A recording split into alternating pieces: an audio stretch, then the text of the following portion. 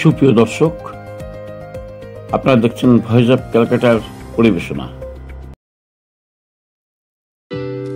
সুপ্রিয় দর্শক, voice of ক্যালকাটার পক্ষ থেকে আপনাদের সবাইকে স্বাগত। 1966 সালের 7ই জুন ঐতিহাসিক ছয় দফা আন্দোলন দিবস এবং একই সঙ্গে পবিত্র ঈদুল আজহা উৎসব, জাতীয় আন্দোলন ও ধর্মীয় ত্যাগ, এই দুই উৎসবকে ঘিরে এক ভিডিও ভাষণে জাতির প্রতি শেখ হাসিনা শুভেচ্ছা বার্তা জানান।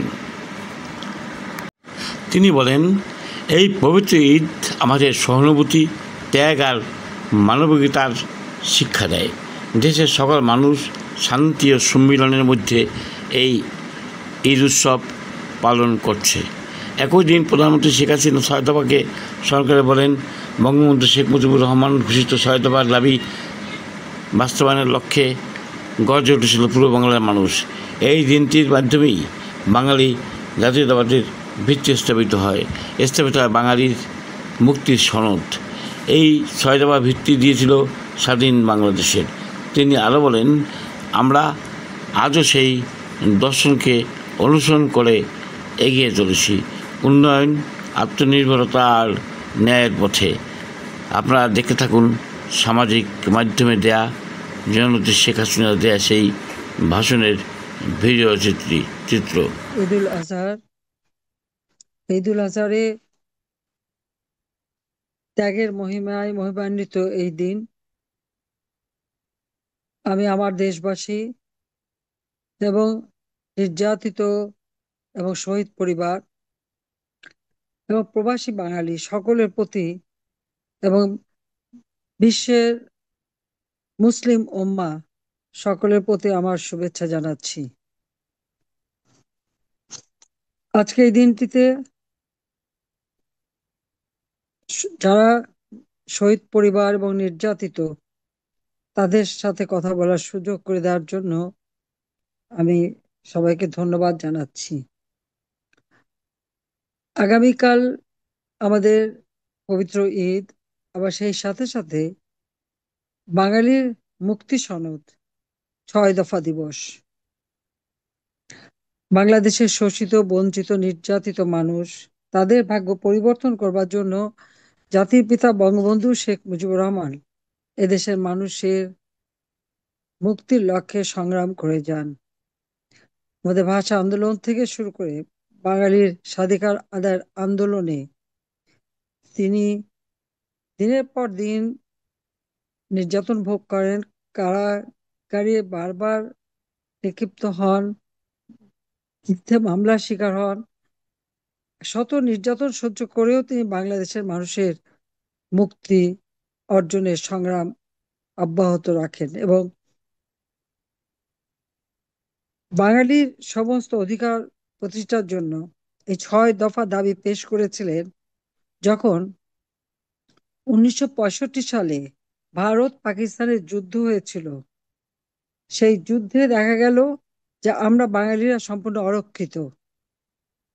কারণ পাকিস্তান নামে দেশটি যা কিছু উন্নতি সবই হলো পাকিস্তানে, অর্থাৎ পশ্চিম পাকিস্তানে। আমাদের বাঙালিদের কোনো রকম সুরক্ষার ব্যবস্থা ছিল না। এই অবস্থা থেকে মুক্তির জন্য বাঙালি জাতির অধিকার প্রতিষ্ঠার লক্ষ্য নিয়ে জাতির পিতা বঙ্গবন্ধু শেখ মুজিবুর রহমান ছয় দফা দাবি পেশ করেন এবং ফেব্রুয়ারি মাসে দাবি পেশ করেছিলেন। এই দাবি পেশ শুধু না, তিনি এই দাবিটা সারা বাংলাদেশের মানুষের কাছে তুলে ধরেন। 35 দিনের মধ্যে তিনি 32টা জায়গায় জনসভা করে এই ছয় দফা মানুষকে ব্যাখ্যা দেন। এবং এটা ছিল আসলে বাঙালি জাতির জন্য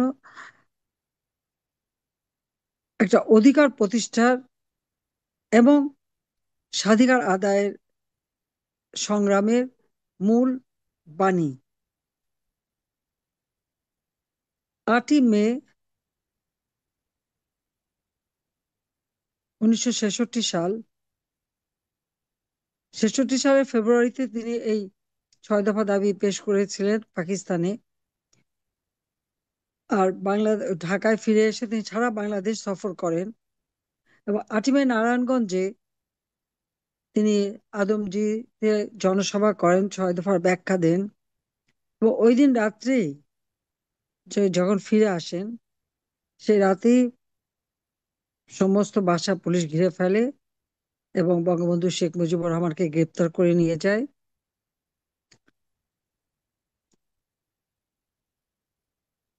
জেলখানায় 9 মে তারা গ্রেপ্তার দেখায়। 68 68 সালের 18 জানুয়ারি, অর্থাৎ 17 জানুয়ারি দিবাগত রাতে কারাগার থেকে, ঢাকা কেন্দ্রীয় কারাগার থেকে বঙ্গবন্ধু শেখ মুজিবকে মুক্তি দিয়ে জেল গেটে আবার গ্রেপ্তার করে ঢাকা ক্যান্টনমেন্টে নিয়ে বন্দী করেন এবং তার বিরুদ্ধে রাষ্ট্রদ্রোহী মামলা দেওয়া হয়। বঙ্গবন্ধু শেখ মুজিবকে যখন 8 মে গ্রেপ্তার করা হয়, এরপরে কিন্তু দেশে আন্দোলন শুরু হয় এবং 7ই জুন হরতাল ডাকা হয়। সেই হরতালে আমাদের তেজগাঁর শ্রমিক নেতা মনু মিয়া সহ 11 জনকে পাকিস্তানি হানাদার বাহিনী গুলি করে হত্যা করে। একের পর এক বঙ্গবন্ধু শেখ মুজিবের উপর মামলা দেওয়া হয়েছে। তিনি যে যে জেলায় যখনই বক্তৃতা দিয়েছেন তখনই তার বিরুদ্ধে একটা মামলা এবং গ্রেফতার করা হয়েছিল। অবশেষে তো তাকে কারাগারে রাখা হলো, এরপর নিয়ে গেল ক্যান্টনমেন্টে। আমরা পরিবার ক্যান্টনমেন্টে মামলা শুরু হওয়ার আগ পর্যন্ত প্রায় 5 মাস 6 মাস আমরা কিচ্ছু জানতে পারিনি যে আমার আব্বা বেঁচে আছেন না মারা গেছেন, কোথায় আছেন, কোথায় তাকে নিয়ে গেল, আমরা কিচ্ছু জানতে পারিনি। কারণ জেল গেটে ওই 18 তারিখে আমাদের ইন্টারভিউ ছিল, আমরা গিয়েছিলাম কিন্তু দেখা করতে পারিনি, আর ওখান থেকে কিচ্ছু বলে নেই যে তিনি কারাগারে আছেন না কোথায় আছেন। আমাদের সবসময় আশঙ্কা ছিল তাকে বোধহয় মেরেই ফেলে দিয়েছে। যাই হোক, এরপরে বিচার কাজ শুরু হয় জুন জুলাই মাসের দিক থেকে। এই প্রথম আমরা জানতে পারি যে না, তিনি বেঁচে আছেন। এভাবে তিনি নিজের জীবনটাকে উৎসর্গ করেছিলেন বাঙালি জাতির জন্য। আর এই 6 দফার পথ ধরেই কিন্তু আন্দোলন সংগ্রাম হয়। গণ অভ্যুত্থানে আইয়ুব খানের পতন ঘটে এবং আইয়ুব খান বাধ্য হয়েছিল বঙ্গবন্ধু শেখ মুজিবকে মুক্তি দিতে। 1969 সালের 22শে জানুয়ারি 22শে ফেব্রুয়ারি বঙ্গবন্ধু শেখ মুজিবকে আইয়ুব খান মুক্তি দিতে বাধ্য হয়। আইয়ুবের পতন ঘটে, ইয়াহিয়া ক্ষমতা দখল করে, মার্শাল ল দেয় এবং ইয়াহিয়া এসে নির্বাচন দেয়। 70 সালের নির্বাচন, সেই নির্বাচনে সম্পূর্ণ পাকিস্তানে আওয়ামী লীগ সংখ্যাগরিষ্ঠতা অর্জন করে কিন্তু ক্ষমতা দেয় না ইয়াহিয়া খান। বঙ্গবন্ধু শেখ মুজিব অসহযোগ আন্দোলনের ডাক দেন, বাংলাদেশের মানুষ অক্ষরে অক্ষরে তা পালন করে এবং ধানমন্ডি 32 নম্বর বঙ্গবন্ধু ভবনটা হয়ে যায় সকল আন্দোলনের কেন্দ্রবিন্দু। সেখান থেকে যে নির্দেশনা যেত বাঙালি জাতি সেই নির্দেশনাই মেনে চলতো।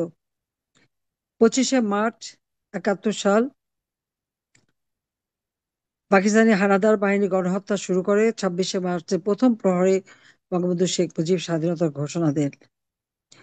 যখন তিনি অসহযোগ আন্দোলনের ডাক দিয়েছিলেন, সেই থেকে পৃথিবীর অনেক পত্রিকা, অনেক দেশে, বিশেষ করে ইংল্যান্ডে বিভিন্ন পত্রিকা তারা লিখেছিল যে 32 নম্বরের বঙ্গবন্ধু ভবনটি এখন ইংল্যান্ডের 10 নম্বর ডাউনিং স্ট্রিট, অর্থাৎ এটা ছিল, এটা হলো প্রধানমন্ত্রীর অফিস কাম রেসিডেন্স। এই অসহযোগ আন্দোলনের মধ্য দিয়েই বাঙালি জাতি ঐক্যবদ্ধ হয়। 7ই মার্চে ঐতিহাসিক ভাষণ, এবারের সংগ্রাম মুক্তির সংগ্রাম, এবারের সংগ্রাম স্বাধীনতার সংগ্রাম এবং একটা গেরিলা যুদ্ধের প্রস্তুতি নেওয়ার নির্দেশনাও বঙ্গবন্ধু শেখ মুজিব দিয়ে দেন। এভাবে কিন্তু সংগ্রামের মধ্য দিয়েই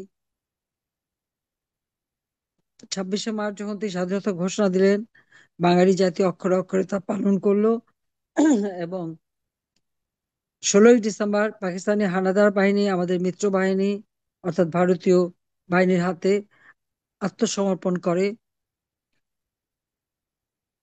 আন্তর্জাতিক চাপে ইয়াহিয়া খান তখন তার পতন ঘটে গেছে, ভুট্টো ক্ষমতায় দখল করেছে। এবং সে বাধ্য হয়েছিল বঙ্গবন্ধু শেখ মুজিবকে মুক্তি দিতে। 8ই জানুয়ারি 1972 সালে বঙ্গবন্ধু শেখ মুজিব পাকিস্তানি কারাগার থেকে মুক্তি পেয়ে লন্ডনে যান এবং সেখান থেকে বাংলাদেশে ফিরে আসেন 10ই জানুয়ারি।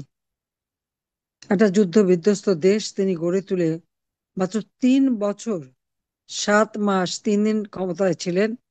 এরই মধ্যে এই বিধ্বস্ত বাংলাদেশটাকে তিনি স্বল্পোন্নত দেশে উন্নীত করে যান। বাংলাদেশের প্রবৃদ্ধি 9 ভাগ পর্যন্ত তিনি উন্নীত করেছিলেন।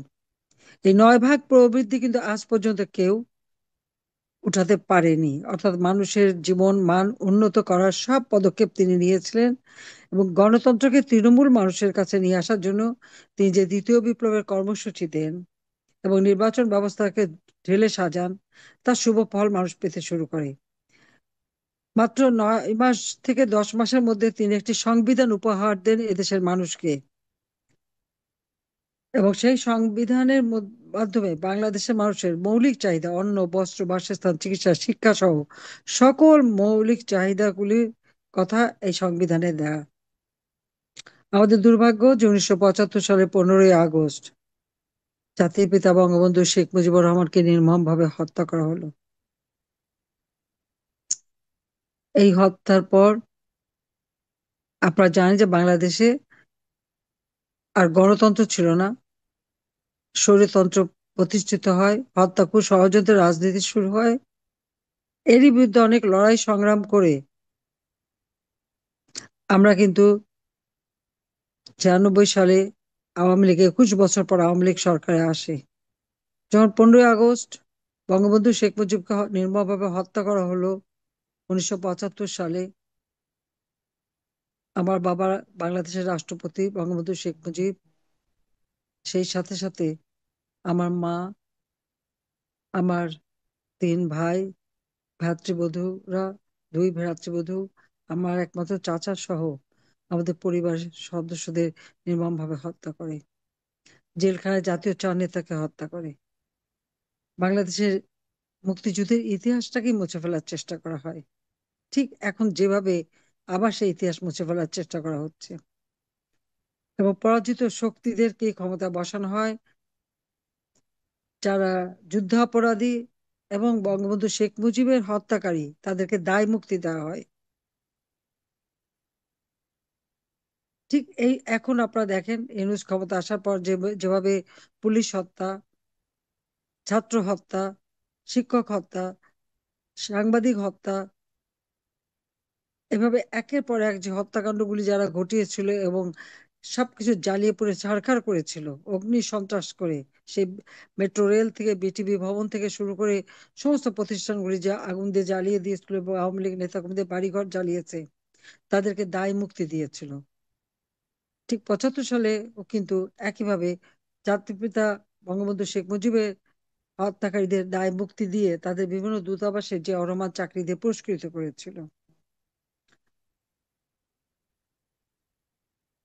আওয়ামী লীগ সরকার আসার পর থেকে বাংলাদেশের মানুষ সরকারি সেবা পেয়েছে।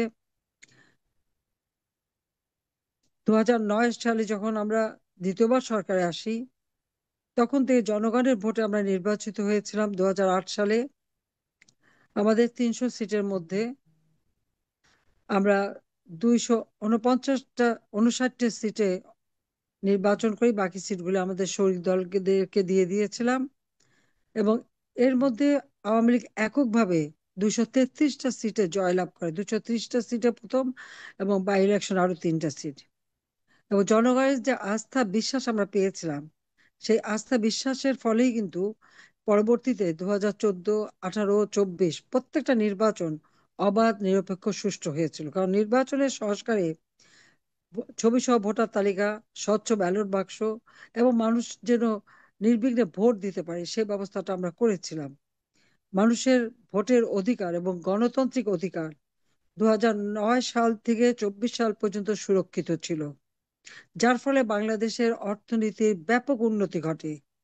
আমি যখন সরকার গঠন করি 2009 সালে, বাজেট ছিল মাত্র 68,000 কোটি টাকা।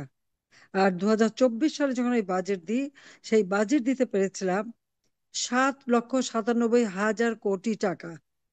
আমাদের অর্থনীতি শক্তিশালী এবং সাউথ এশিয়ায় অর্থাৎ দক্ষিণ এশিয়ায় আমাদের অর্থনীতি দ্বিতীয় স্থান অধিকার করেছিল। 1 নম্বরে ছিল ভারত। আর এশিয়ার ভিতরে আমরা নবম স্থানে ছিলাম, সারা বিশ্বে 35তম স্থানে। আমাদের প্রবৃদ্ধি আমরা কোভিড-19 অতিমারির আগে 8% পর্যন্ত উন্নীত করেছি। মাথাপিছু আয় $2,800 উন্নীত করেছিলাম। কোভিড এবং আহ, আন্তর্জাতিক অর্থনৈতিক মন্দা, sanction, counter sanction, Ukraine Russia যুদ্ধ, নানা কারণে সারা বিশ্বব্যাপী অর্থনৈতিক মন্দা দেখা দেয়। বাংলাদেশেও তার ধাক্কা লাগে, কিন্তু তারপরে ওই কোভিডের কারণে অনেক উন্নত দেশও তাদের প্রবৃদ্ধি ধরে রাখতে পারেনি। কিন্তু আওয়ামী লীগ সরকার দেশের মানুষের জন্য এভারেজ 6.7% আমরা আমাদের প্রবৃদ্ধি ধরে রাখতে সক্ষম হই। মাথাপিছু আয় $2,794 আমরা উন্নীত করেছিলাম।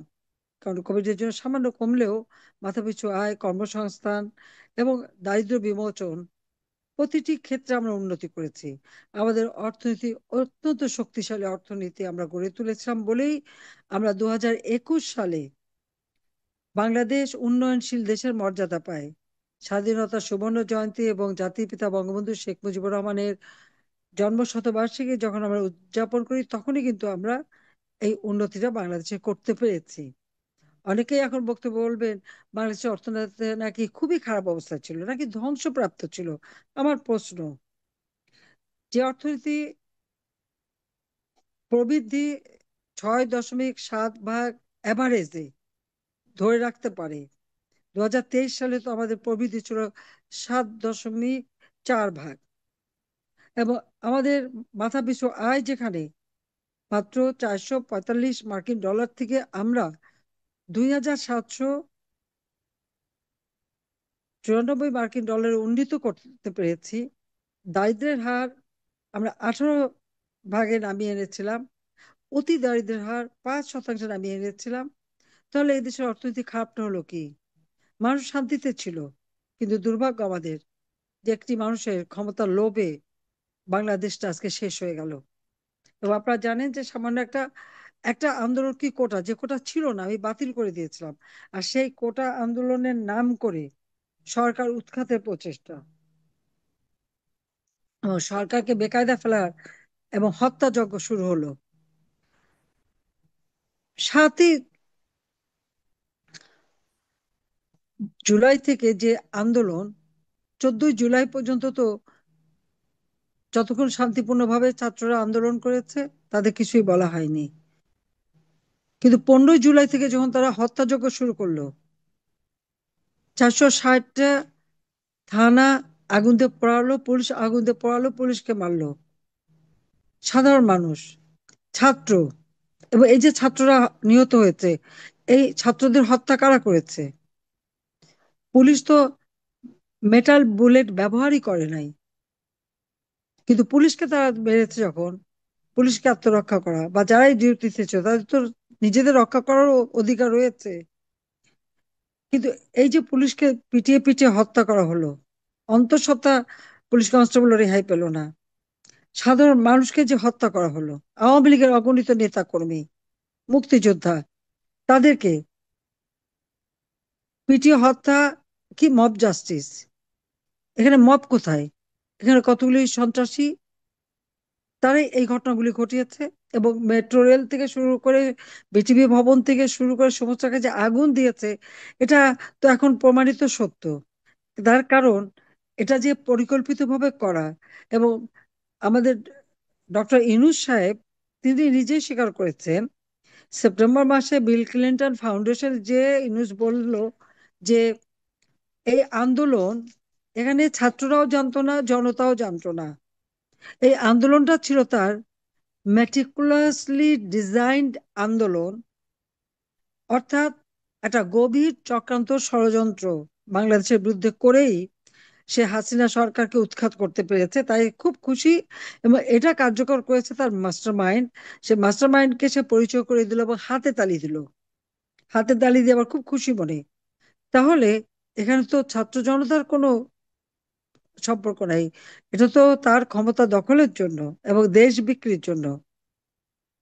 আজকে আমাদের সেই কি বাংলাদেশের সমুদ্র সীমা আমরা অর্জন করেছি, সেখানে ঘাঁটি দেবে দেবে বাংলাদেশে আণবিক করিডোরের নামে দেশ বিক্রি করা, আমাদের চট্টগ্রাম পোর্ট বিক্রি করা, নানা রকম চক্রান্ত সে করে যাচ্ছে। এবং যেদিন তার ক্ষমতা দখলের এই লোভের আগুনেই কিন্তু বাংলাদেশ জ্বলছে। একটার পর একটা যে হত্যাকাণ্ড তারা ঘটাচ্ছিল,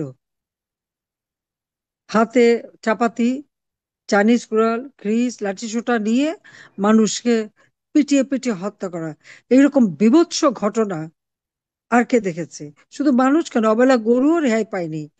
কোন আওয়ামী লীগ নেতার খামারে গরু বা কার বাড়িতে গরু, তাদেরকে সেই গরু পিটিয়েও তারা হত্যা করেছে। ছাত্রলীগের ছেলে পেলে সেই 11 তলা থেকে হাত পায়ের রক কেটে ছুঁড়ে ফেলে দিয়েছে। আবার মাটিতে মরলো কিনা সেটাও তারা দেখে। একটার পর একটা তারা যে নির্যাতন করে করে মানুষকে মেরেছে, এরকম বীভৎস চিত্র বোধহয় আর কখনো দেখা যায়নি। আজকে দেখলাম ঈদের শুভেচ্ছা দিতে বক্তৃতা দিচ্ছে, শুনলাম কিছুটা। তা আমার তার ইউনূসের বক্তৃতা শুনে মনে হলো যে ইউনূস কি ঈদের শুভেচ্ছা বিনিময় করলেন নাকি নিজের অপকর্মের ছাপাই গাইলেন? সেটাই আমার প্রশ্ন।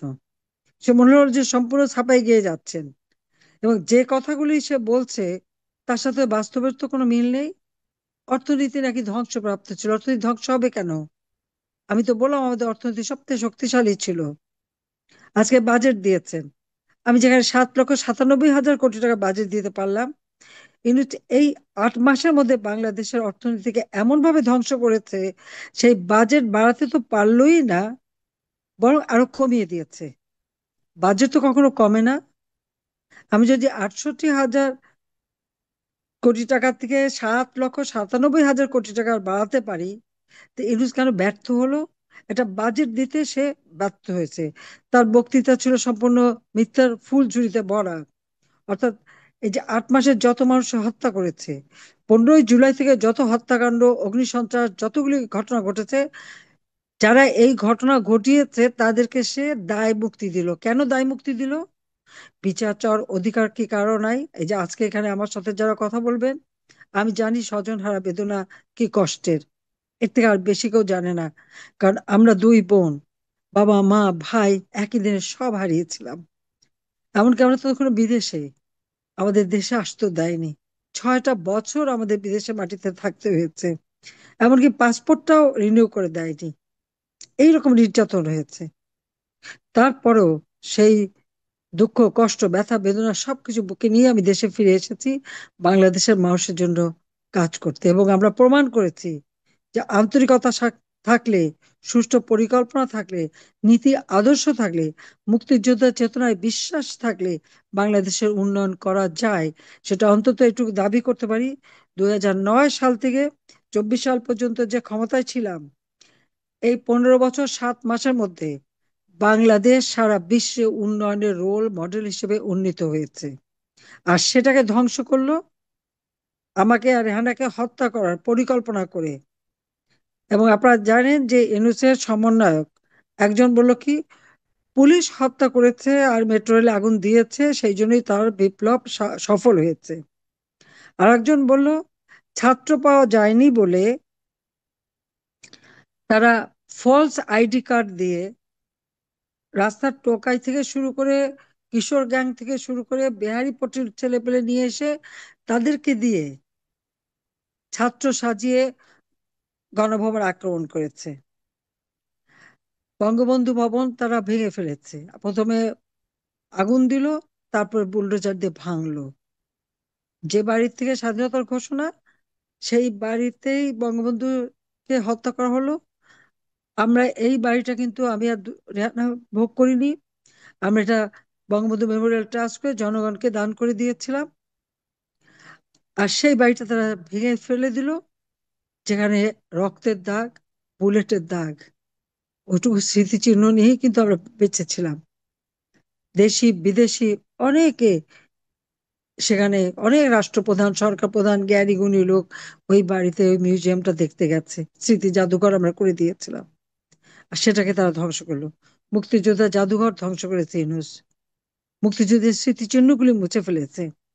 হ্যাঁ, আমি দেশের উন্নতি করেছি, রাস্তাঘাট, পুল, ব্রিজ, বিভিন্ন স্থাপনা করে দিয়েছি। এমনকি সশস্ত্র বাহিনীর জন্য যত উন্নতি আমি সরকার আসার পরে করেছি, তারপর আর আগে তো কেউ এর আগে করে নাই, তার আগে তো কেউই করেনি। এটা তো বাস্তব। আমি যেখানে যে সমস্ত স্থাপনা করেছি, তাদের জন্য করেছি, তাদের দাবির পরিপ্রেক্ষিতে সেখানে নামকরণ করা হয়েছে, এবং এই নামকরণ জাতির পিতার প্রতি সম্মান দেখানোর জন্য। আর ইউনূস আজকে বক্তৃতা বলে কি, আমি নাকি আমার বাবা মা ভাই আত্মীয় স্বজনের নামে সব করেছি। আমার বাবা মা হিসেবে না, জাতির পিতা বঙ্গবন্ধু শেখ মুজিব দেশের স্বাধীনতা এনে দিয়েছেন। আজকে ইউনূস সাহেবকে বলতে চাই, যতই আপনি সে নাম মুছে ফেলতে চান, এটা তো মুছতে পারবেন না। ইতিহাস ইতিহাসই, ইতিহাস আপন গতিতে চলে। আজকে বঙ্গবন্ধুর স্মৃতি মুছে ফেলে দিচ্ছেন, আজকে বঙ্গবন্ধুকে জাতির পিতার নাম থেকে বাতিল করে দিচ্ছেন, তার নামটা মুছে ফেলে দিচ্ছেন। তাহলে আপনি কোথায় বসে আছেন? ক্ষমতা কার, কোথায় দখল করলেন? এই বাংলাদেশ নামটাও বঙ্গবন্ধু শেখ মুজিবেরই দেওয়া। আজকে কাদের কাছে তার দায়বদ্ধতা, সেটাই আমার প্রশ্ন। আজকে 8টা মাসে দেশটাকে তো ধ্বংসের পথে নিয়ে গেছেন। অর্থনীতি সম্পূর্ণভাবে বিপর্যস্ত, নিত্য প্রয়োজনীয় জিনিসের দাম বেড়ে মানুষের ক্রয় ক্ষমতার আওতার বাইরে। আসলে মানুষের তো আয় রোজগারই নাই।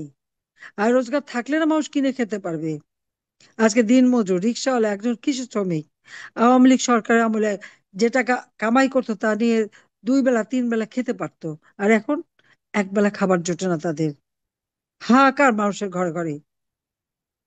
যে দারিদ্র্যের হার কমিয়েছিলাম, আজকে দারিদ্র্যের হার বাড়িয়ে দিয়েছে, হত দরিদ্রের হার বাড়িয়ে দিয়েছে, মানুষের সমস্ত অর্থ সম্পদ কেড়ে নিয়েছে। আমরা বিদেশ থেকে আমরা ঋণ নিয়েছি, অথবা আমরা বিদ্যুৎ ক্রয় করেছি। বাংলাদেশ কখনো ডিফল্টার হয়নি। ইউনূস আগস্ট মাসে সরকার গঠন করার পর থেকে কোনো টাকা পয়সা বিল কিচ্ছু পরিশোধ করেনি। শেষ বেলা এসে চাপে পড়ে টাকা দিতে হয়েছে, দিয়ে বলে আমরা নাকি ধ্বংস করে গেছি তাই উনি দিচ্ছেন। আরে আমার বাজেটে তো সব টাকা ধরা ছিল, সে টাকা গেল কোথায়? প্রত্যেকটা বিদ্যুতের বিল দেওয়া, যেখান থেকে আমরা ক্রয় করছি, এলএনজির বিল, এমনকি আমরা যে লোন নিতাম সেই লোন পরিশোধের সমস্ত টাকা আমি বাজেটে ধরে রেখেছিলাম। সে টাকা তো ইউনূস মেরে খেয়েছে, পকেটে চলে গেছে। তারা তো, আপনারা যদি তাদের চেহারা দেখেন, আঙ্গুল ফুলে রাতারাতি সব কলা গাছ হয়ে গেছে। এবং যেভাবে নাদুস নুদুস খেয়ে পড়ে হয়েছে, আমার তো আর বলতে হবে না যে কিভাবে তারা শত কোটি টাকার মালিক হয়ে এখন হাজার কোটি টাকার মালিক। ইউনূসের সমন্বয় এবং যাদেরকে দায় মুক্তি দিয়েছে, তারা এখন এইভাবেই লুটে খাচ্ছে বাংলাদেশটাকে। একেবারে খুবলে খুবলে খাচ্ছে খাচ্ছে বাংলাদেশটাকে।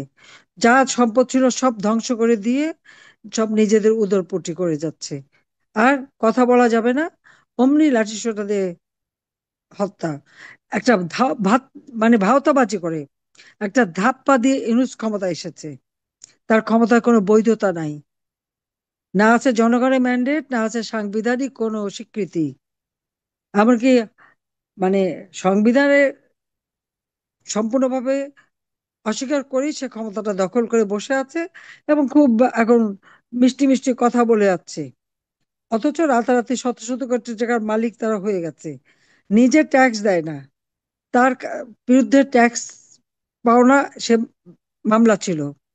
শ্রমিকের অর্থ আত্মসাৎ করেছে ইউনূস। শ্রমিকদের করা মামলায় শ্রমিক আদালতে 6 মাসের কারাদণ্ডপ্রাপ্ত দণ্ডিত ব্যক্তি, সে আজকে বাংলাদেশের কর্ণধার। এমনকি সাধারণ মানুষের যেটুকু আমরা তাদের সহযোগিতার জন্য কাজ করেছিলাম, সোশ্যাল সেফটি নেট, আমার 116টা সোশ্যাল সেফটি নেট প্রকল্প প্রচলিত ছিল।